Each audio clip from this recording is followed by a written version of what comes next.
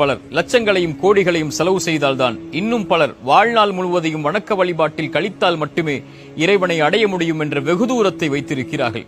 இறைத்தூதருடைய இந்த செய்தி இவர்களுக்கெல்லாம் ஆச்சரியத்தை கொடுக்கும்.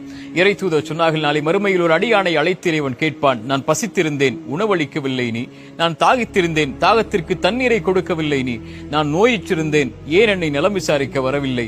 அந்த அடியான் இறைவனை பார்த்து கேட்பான், இறைவா, நீ பசித்திருந்தாயா, நீ தாகித்திருந்தாயா, நீ நோயிற்றிருந்தாயா?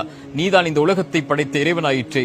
அந்த அடியானை பார்த்து இறைவன் சொல்லுவான், என் அடியானில் ஒருவன் பசித்திருந்தான், அவனுக்கு உணவை கொடுத்திருந்தால் அங்கே என்னை பெற்றிருப்பாய். அவனுடைய தாகத்திற்கு தண்ணீரை கொடுத்திருந்தால் அங்கே என்னை பெற்றிருப்பாய். அவனுடைய நோய்க்கு செலவழிக்க அல்ல, நலம் விசாரிக்க சென்றிருந்தால் என்னை நீ அங்கே பெற்றிருப்பாய்.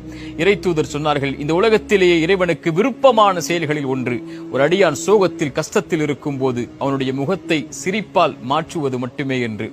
ஒரு பாதையில் இடையூறு தரக்கூடிய ஒரு முள்ளை அகற்றினால், ஒரு பூனைக்கு தண்ணீர் கொடுத்தால், ஒரு நாய்க்கு உணவளித்தால் கூட, இந்த எளிய முறைகளில் கூட இறைவனை அடையலாம்.